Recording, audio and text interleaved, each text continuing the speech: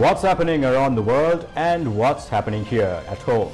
A very good evening. You're watching Prime Time News coming to you live and direct from our studios here in Colombo. For the news first team, I'm Mariam Ganavijaya. And I'm Sandro Ferdinando. Let's take a look at your headlines for tonight. News First Headlines. Main sponsor. Durden's Hospital, dedicated to you.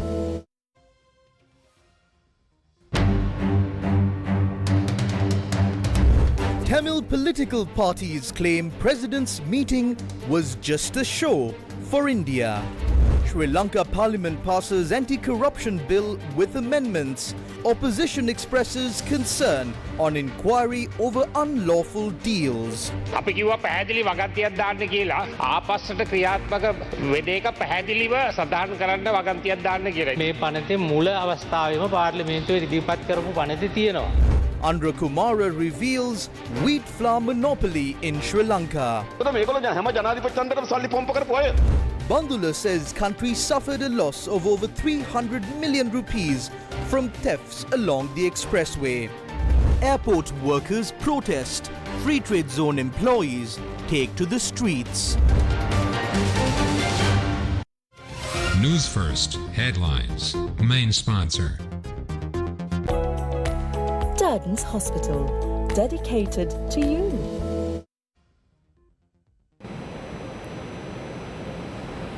Sri Lankan President Ranil Wickremesinghe will fly to India on Thursday for an official two-day visit. Now, he met with the representatives of the Tamil political parties in Parliament on Tuesday to discuss a series of matters, and many factions have expressed concern over the timing of this meeting. Sri Lankan President Ranil Wickremesinghe met with the representatives of Tamil political parties in Parliament on Tuesday.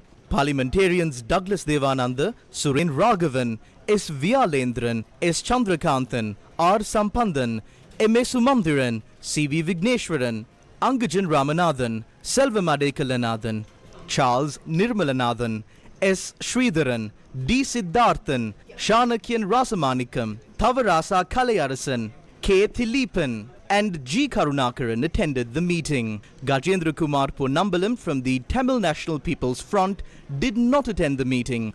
During the discussions with Tamil parliamentarians representing the North and the East, President Ranil Wickremesinghe emphasized that he has already put forth a comprehensive proposal to address the problems faced by the people in those regions. The President underscored that the full enforcement of the 13th Amendment can only be achieved if all party leaders in Parliament agree to a comprehensive devolution of powers. Firstly, I am Ranil Wickremesinghe, not Ranil Rajapaksa.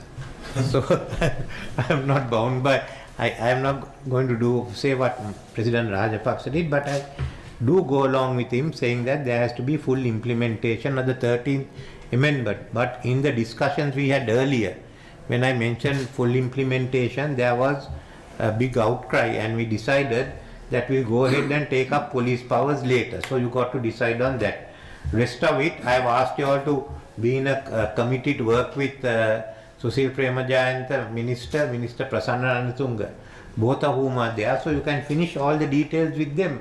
I read the report that you all had done even 2 days ago. I am in agreement with that. I haven't seen Nama Rajapaksa's report.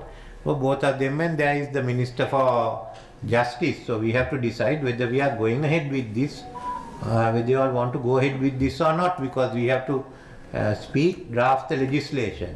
Spokesperson of the TNA, M. A. Sumanthiran, spoke about the meeting that was held between the President and Tamil members of Parliament. President had with the Tamil members of Parliament yesterday did not bear any fruit at all, as we suspected.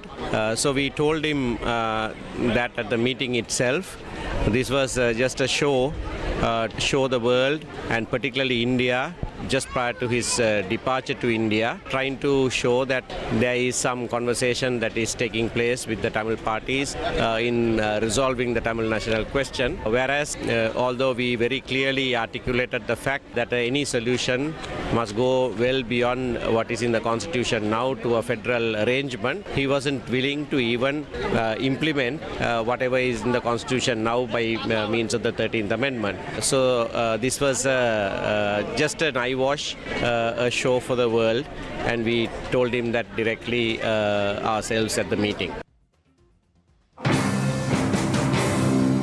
The leader of the Elam People's Revolutionary Liberation Front, Suresh Premachandran, also responded. We are aware that he is not Ranil Rajapaksa. On multiple occasions, Mahinda Rajapaksa, speaking in Colombo and New Delhi, commented about 13 plus and beyond. However, you are speaking about 13 minus. By stating that you are not Ranil Rajapaksa, you exposed your inability. We are well aware of Ranil Wickremesinghe. We are also well aware of the contents of the 13th Amendment to the Constitution, which includes police powers. We believe that police powers are necessary for the North and East, though they are not given to the other provinces. We have made a note of this in our letter to Indian Prime Minister Narendra Modi.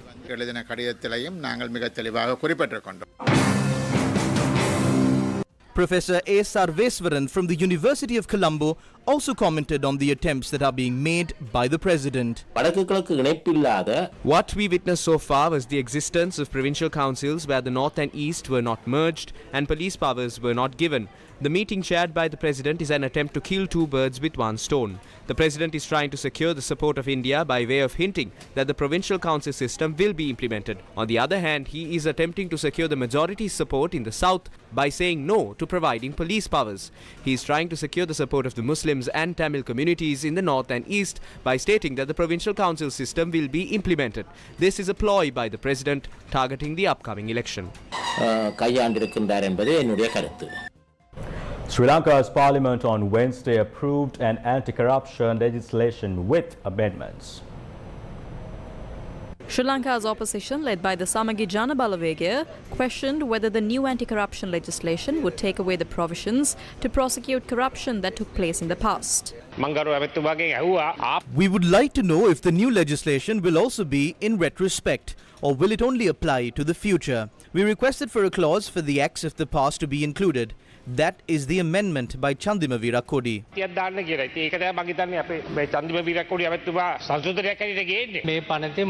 The respective clause was included when the bill was presented to Parliament for the first time. All proceedings instituted under the provisions of the repealed acts and orders and rules made thereunder before the commencement of this act shall be offences under the new law. This was presented from the beginning.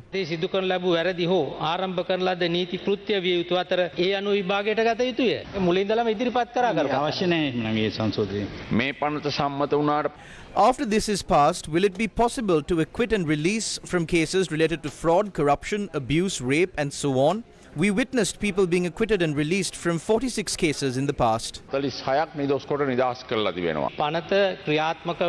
Offences committed under the Bribery Act, Bribery or Corruption Commission Act, as well as the Assets and Liabilities Act, which were enforced before the effective date of this Act, can be considered as offences committed under this Act, and the proceedings can be carried forward. Can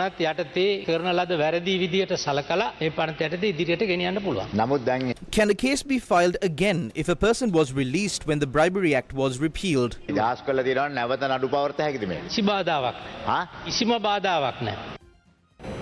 In the meantime, leader of the Jatika Jana Balawegaya, Amrukumar Dissanayake, made revelations in Parliament over the wheat flour monopoly. As per the special gazette issued by the government on the 14th of June 2023 and by the letter dated 16th of June 2023 by the import controller, there was a ban on the import of wheat flour without import licenses. Accordingly, the measures to meet the wheat flour requirement of the country were vested with two multinational companies that import grain and produce flour. The entire wheat flour market is a monopoly of Serendip and Prima companies. They sell wheat flour in the market at a price as high as 210 rupees per kilogram. Also, they pay a small tax of 3 rupees to the government for 1 kilogram of wheat grain they import. They can bring 1 kilogram of flour to the port for 110 rupees, but these companies have decided the price at 210 rupees. The price of flour is decreasing very fast in the world market. The price of wheat grains is decreasing very fast in the market. Also, the value of the dollar has decreased from 362 to 301. What should happen now? This advantage should be given to the consumers. What the government did was to issue a Gazette notice on the 14th of June and suspended the import of wheat flour. Sagala Ratnayake should be questioned. What is the presidential administration doing to let him do that work? How has he got the power to decide on taxes in the Ministry of Finance? How does he make decisions and how does he exert influence? I know that for the presidential election, they are preparing a fund. They pumped money into every presidential election and there is no one who doesn't know Prema. Against a backdrop where the anti-corruption bill was passed in Parliament, a concern regarding the prices of wheat flour looms.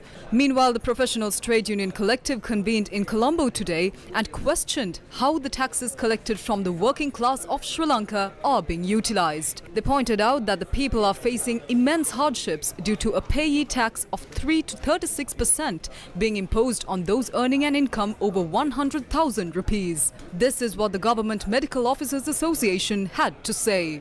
Compared to the first 6 months of 2020, we see only a 14% increase in the collection of corporate taxes in the first 6 months of 2023. However, the payee tax has increased drastically. When taking a look at the statistics, it has gone up from 12 billion rupees to 70 billion rupees, recording a six-fold increase. An increase of almost 500% means that the difference between the amount of tax revenue collected and the amount of tax that has been increased is 500%. This is according to the statistics of the Inland Revenue Department. This has proven our request over and over again.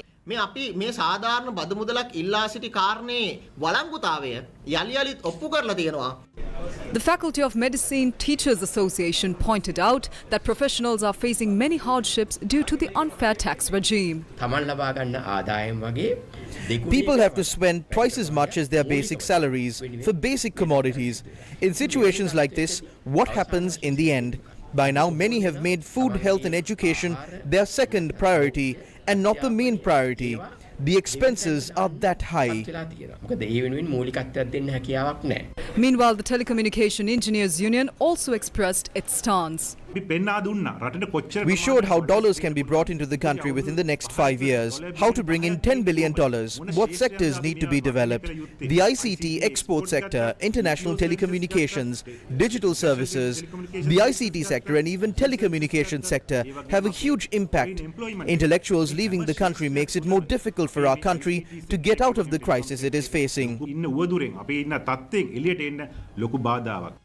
The Ceylon Bank Employees Union pointed out that a situation has arisen where the skilled workers of the banking system are also leaving the country. Over 1,500 bank employees have already left the country. Only one can say that we are ready to reinstate them, but these are not easily replaceable titles. Those who migrated were extremely experienced workers of the banking sector. To find a solution to this issue, the payee tax system needs to be amended. This is what the Federation of University Teachers Association had to say. We were promised that by June or by the first review of the IMF, a tax revision will be carried out. However, there is absolutely no mention made in this regard. We must say that this situation right now is very grave. If a discussion is not given, if a solution is not provided, we will definitely come to meet the President. Sri Lanka has started issuing letters to families selected for the Aswasuma Welfare Benefits Program.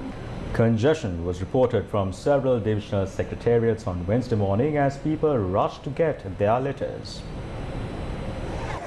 Divisional secretaries in Sri Lanka are vested with the authority to issue letters notifying the selection for the Aswasuma Welfare Benefits Program.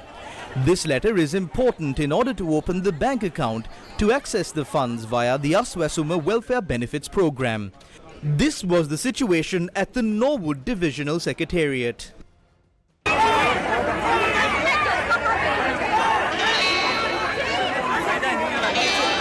Those who did not qualify for the Aswasuma Welfare Benefits Program were also present at the Divisional Secretariat. Sri Lanka Police was summoned to control the crowd. A large number of people also visited the Haliala Divisional Secretariat.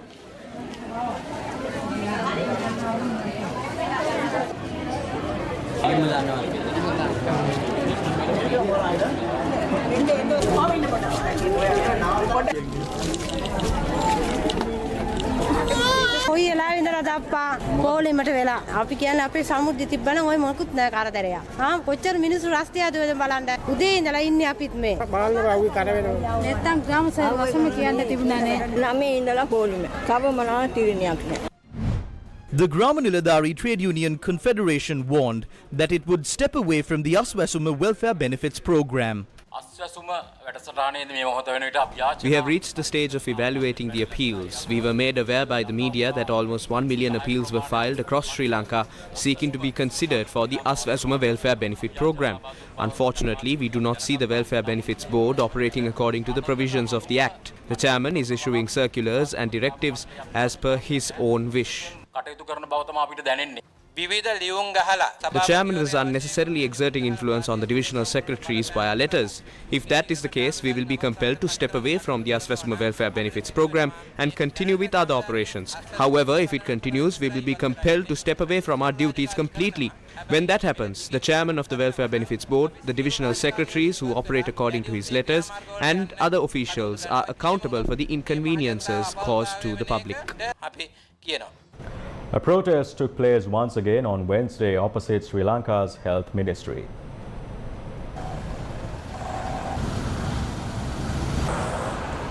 Sri Lanka's health sector has come under fire for multiple reasons, especially over the deaths linked to the use of low-quality medicines. The New People's Front gathered opposite the Health Ministry and claimed the country's health minister does not care about the people.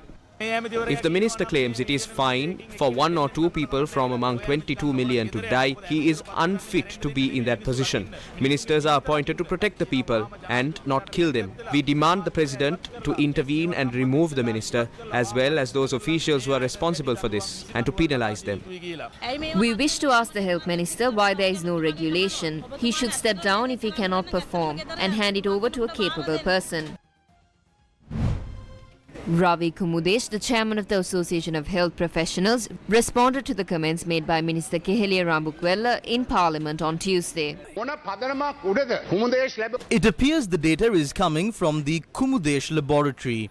You're obtaining information from the Kumudesh laboratory and yelling in the house. They say that the death of the young woman in Peradeniya is due to an allergic reaction. This is an organized plot against the health sector. At one time it was exploding gas cylinders.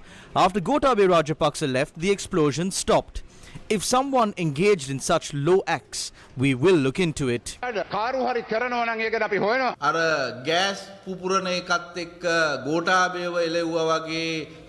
We would like to inform the minister not to make comments and say things like we are trying to drive them away, just like we drove away Gotabaya with exploding gas cylinders, and that we are trying to bring in a new minister. Do not speak about the Kumudesh laboratory. We are ones who are planning to introduce a Rambukwella laboratory. We saw that these details related to medicine and medical equipment led to a massive waste of public funds. The patients did not panic. However, those involved in the mafia-like mechanism panicked. 150 billion rupees is required to maintain the health sector. We would like to request the President to also launch an inquiry into what was done to those funds and how it was wasted. They are trying to silence us, but we need to speak out on this. අපිට කියන්න බෑ අපිට තර්ජන තියෙන නිසා. හැබැයි අපිට පේනවා මේක ඇතුලේ විශාල මුදල් මංකොල්ලයක් සිද්ධ වෙනවා. A group of parliamentarians from the Freedom People's Congress visited the Sri Lankan office of World Health Organization and handed over a letter. The letter requested that an international laboratory investigation be conducted to determine whether the use of certain antibiotics caused the deaths of the patients admitted to the hospital. These patients have a right to know the cause of their deaths. We requested the World Health Organization to investigate the quality of the antibiotics and to determine whether they are the cause of these patients' deaths. We ask for an internationally recognized laboratory test to determine whether the fault lies in the antibiotics or something else.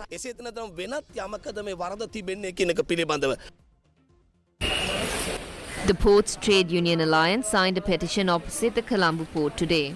The theme of the protest centered around excluding superannuation funds from restructuring, implementing promised tax amendments, and discarding attempts to amend labour laws favouring employers. The political establishment, including political leaders, must understand that it is their responsibility to safeguard the funds collected by the working class of the country, from the estate workers to the CEO. They should be able to collect those funds at the right time. Therefore, we will all band together in this struggle and carry this forward to victory.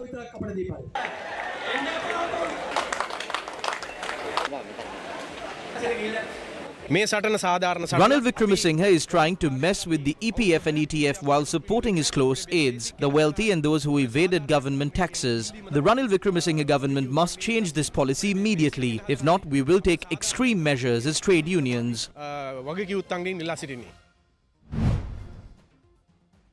Port trade unions obtained signatures for a petition opposite the Colombo harbour on Wednesday. The trade unions were protesting against the looting of the provident funds while calling to immediately repeal the labour laws that benefit employers and to expedite the tax reforms. The political authority and the administration needs to understand that the professionals, labourers and executives need to have the funds that they collected for years. We will continue with this struggle by bringing everyone together. The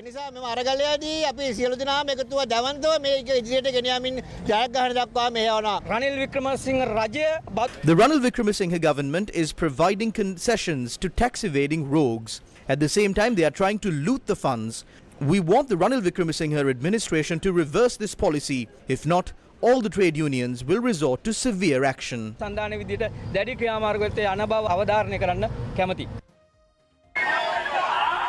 Trade unions and activists protested opposite the Karunanayake Free Trade Zone, demanding the ad hoc labour law be withdrawn and the looting of the EPF and ETF be suspended. The Intercompany Employees Union, Trade Zone Workers, National Centre, Free Trade Zone General Workers Union and other trade unions supported the protest. News first with the people. Minister of Transport and Highways Dr. Bandula Gunawardena revealed in Parliament on Wednesday that by now thieves have caused damages worth over 300 million rupees to the new Kalani Bridge and expressways.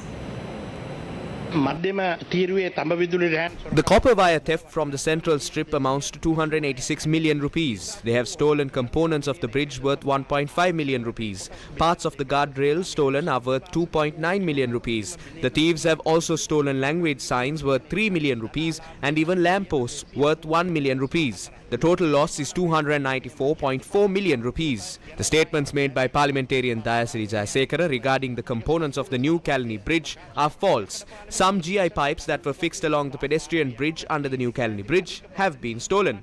This pedestrian bridge was made for the convenience of workers during maintenance activities. Thick PVC pipes which belong to the sewage disposal system and external parts connected to the air conditioners which were fixed for the protection of the information and computer system in the communication building have also been stolen. The light bulbs that were fixed to beautify the new Kalani Bridge have been stolen. The total loss amounts to 5.9 million rupees. That means the loss of the new Kalani Bridge is not in the billions of rupees. The rivets of the bridge were not removed. They cannot be removed. To remove those rivets, even engineering companies need to use special equipment. Discussions were carried out with the President at the National Security Council meeting, and the President instructed to work with security forces and private security for the preparation of a special security system.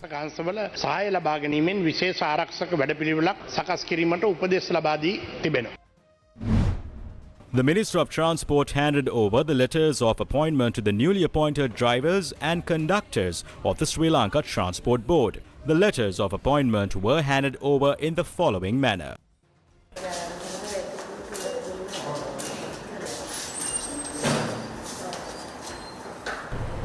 Sri Lankan businessman Dilith Javira expressed the following at the launch of the book penned by Dr. Shanta Hettiarachchi. The book is titled Palakavaru Saha Palakahoru, loosely translated to Rulers and Ruling Rogues. I did not become a thief because of my father. I am in a position where theft is taking place in society. I came from Galle to Colombo to attend the University of Colombo. After entering the law faculty of the University of Colombo, I entered the business world. The reality I faced was the most complex and corrupt private sector. This was something that is not being discussed and is not popular. We do not like to speak about this or where we stand in this corrupt sphere. There are three corrupt people who are responsible for this: those who are corrupt by birth, those who were corrupted by the system, and those who are not corrupt. Those who are corrupt remain in the anti-corrupt zone and engage in corruption. The corrupt person also engages in corruption while remaining in the untainted leftist side. The corrupt engage in corruption while standing up for the great Buddhist vision.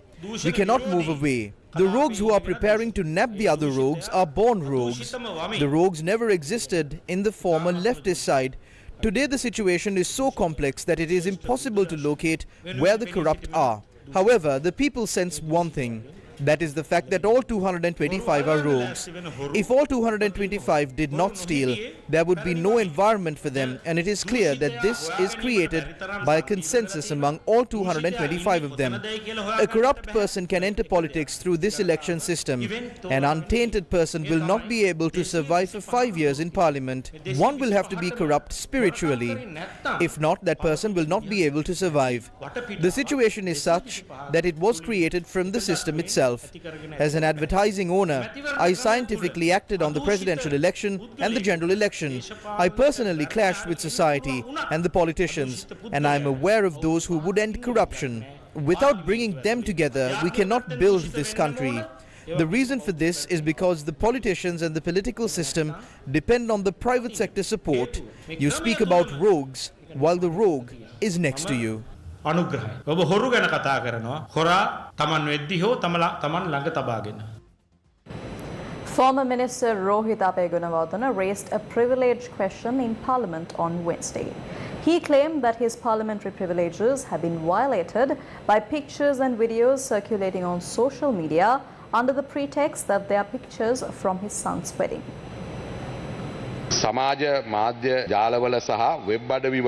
Honorable Speaker, pictures and videos are being shared on social media and some news outlets claiming that those pictures are from the wedding of my son, my only son, Ayesh Abegunawardena. Those photos and videos appear to show a couple getting out of a helicopter and being escorted by a massive vehicle parade. This has inflicted serious damage to my image as a politician. I must remind you that my son is not married and that I have only one son. You are the person who can protect us in Parliament. Next time this could happen to you. Therefore, I request you to take some legal action against this.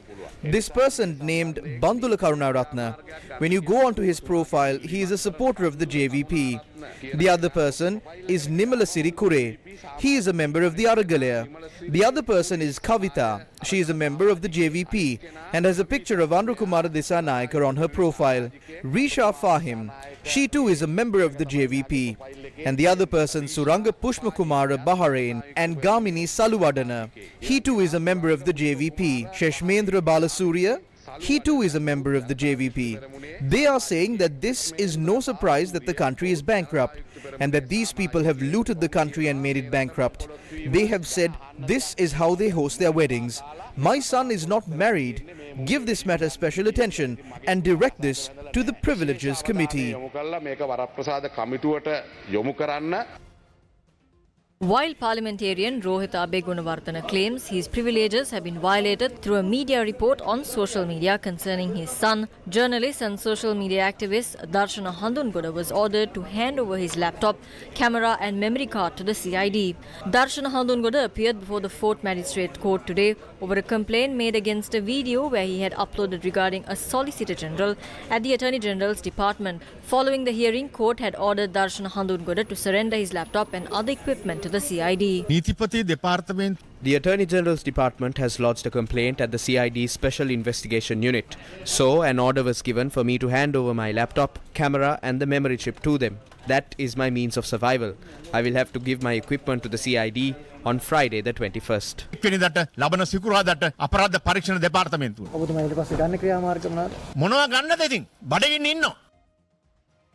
We're crossing over to a short commercial break. Stay with News First. We will be right back. News First. Main sponsor. Durden's Hospital, dedicated to you. when a heart attack strikes. Every minute makes the difference between life and death. With the right care and treatment at the hand of the most skilled surgeons and medical professionals. With the perfect environment for recovery. Darden's Heart Centre, dedicated to you.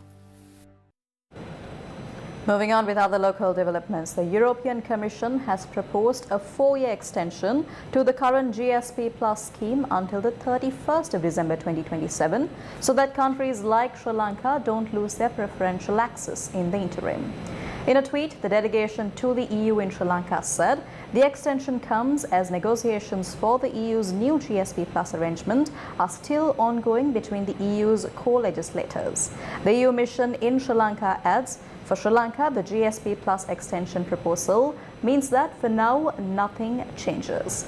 It says that Sri Lanka will have the same access to European market and same obligation to comply with the 27 international conventions, which are key to ensuring that economic recovery is not just fast, but also fair, just and green.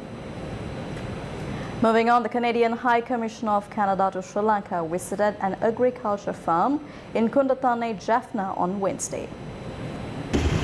High Commissioner of Canada to Sri Lanka Eric Walsh is currently visiting the northern province. The High Commissioner visited an agricultural farm in Kundathane, Jaffna on Wednesday. Oh, it's good. I'd really been looking forward to visiting. I was expecting sort of a small little patch with maybe a few coconuts and, not much to see, but this is just an incredible facility. It's been investment from people from outside the country, including diaspora, not Canadians.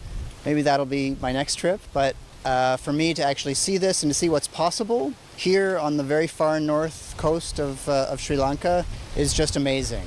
And I'm looking forward to seeing how this develops going forward and to hearing about all the great innovations they're going to be bringing. The upgraded new facility of the Markamule Cardiac Centre at the Mullaitivu District General Hospital was opened on Wednesday.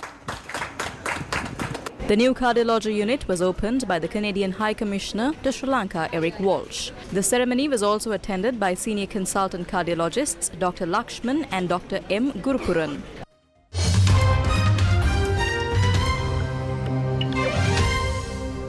More than 24 opposition parties in India have banded together to form the India Coalition to challenge the Bharatiya Janata Party, which is now in power and is headed by Prime Minister Narendra Modi. The decision was made public on Tuesday following a 2-day conference of 26 parties in Bangalore, India. According to Mallikarjun Kharge, the president of the leading opposition Congress party, India stands for the Indian National Development Inclusive Alliance. At the conclusion of a 2-day gathering of 26 opposition parties, Kharge told reporters the main goal is to stand together to safeguard democracy and the constitution. The opposition parties attempt to confront the BJP on its own nationalist platform in elections scheduled for May 2024 is apparent in the alliance name India. Rahul Gandhi, the head of the Congress, stated that the battle against the BJP is an effort to defend the idea of India and the voice of the Indian people. Russian President Vladimir Putin has scrapped plans to attend the BRICS summit in South Africa next month after an opposition party in the African nation petitioned a court to have him arrested over a warrant by the International Criminal Court. The South African President's office announced today that Russian President Vladimir Putin will not be visiting South Africa to attend the BRICS summit next month. The statement said, quote-unquote, by mutual agreement, President Vladimir Putin of the Russian Federation will not attend the summit, but the Russian Federation will be represented by Foreign Minister Sergei Lavrov. Earlier, South Africa's President Cyril Ramaphosa said that any attempt to arrest Russian President Vladimir Putin over a warrant by the International Criminal Court when he visits the country next month would be a declaration of war with Russia. The ICC warrant was issued several months ago for alleged crimes committed in the conflict in neighboring Ukraine. Ramaphosa said in court papers that were released on Tuesday that Russia has made it clear that arresting its sitting president would be a declaration of war. Putin has been invited to a BRICS summit in Johannesburg next month, but is the target of an international criminal court arrest warrant, a provision that South Africa, as an ICC member, would be expected to implement were he to attend. South Africa's diplomatic dilemma began playing out in court when the leading opposition party, the Democratic Alliance, tried to force the government's hand and ensure the Kremlin leader is arrested and handed over to the ICC if he sets foot in the country.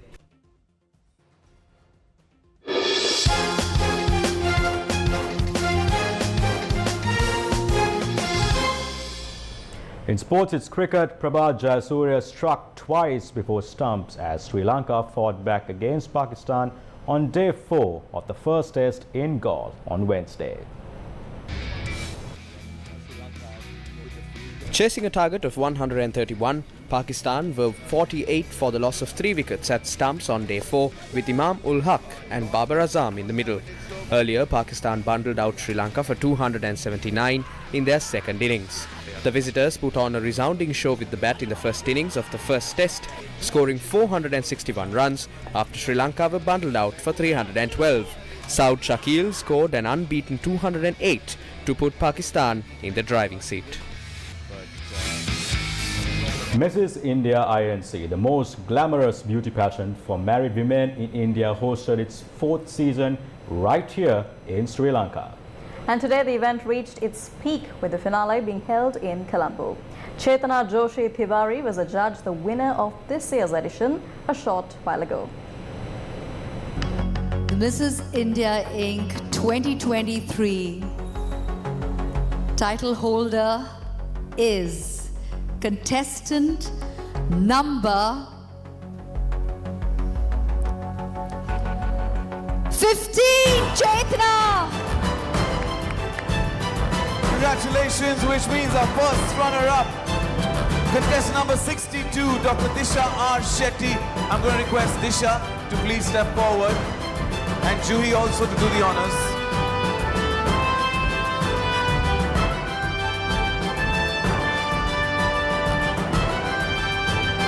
Our first runner-up, Dr. Disha R. Shetty. Yes, Mrs. India 2023. Ladies and gentlemen, the winner of Mrs. India Inc. 2023, Chetana Joshi Tiwari.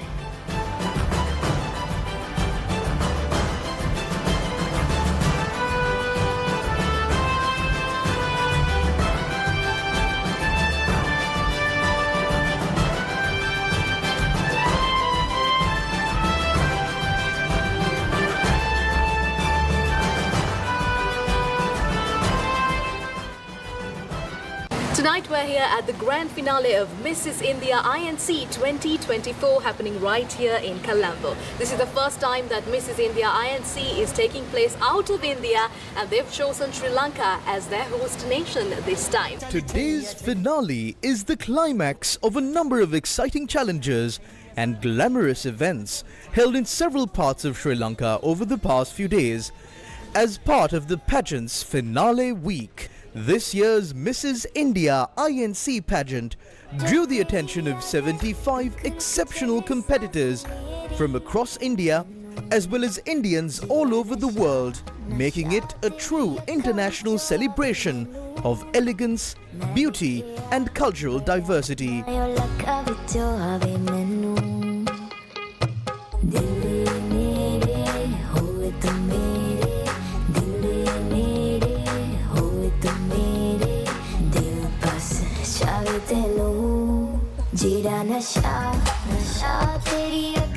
Out of the 75 contestants, 25 were selected as Mrs. Globe, Mrs. Galaxy, Mrs. Earth and Mrs. International Summit this year. Legends 966 and TV1 are the proud media partners for Mrs. India INC Season 4. Would like to take a moment. And with that, we wrap up Primetime News for tonight. You stay with News First as Face the Nation is coming up next. Good night and take care.